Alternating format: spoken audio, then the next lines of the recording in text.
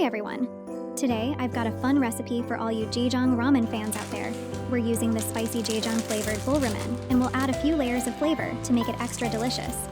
First, cook just the noodles for about 2 minutes, then drain and set them aside. Next, slice half a green onion lengthwise and cut it into finger-length pieces. Heat a generous amount of oil in a pan and fry the green onions until they're fragrant.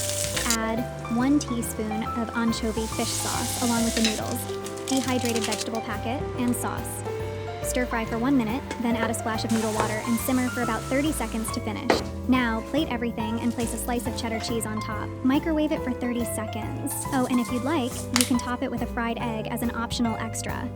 And there you have it. Spicy Jjajang Ramen, ready to enjoy. Wow, this is seriously so good. The rich cheesiness blends perfectly with the jjajang flavor, and the spiciness isn't overwhelming at all. If you're a jjajang ramen lover, why not try this little twist today? Have a simple and delicious meal with SimpleKmeal. See you next time.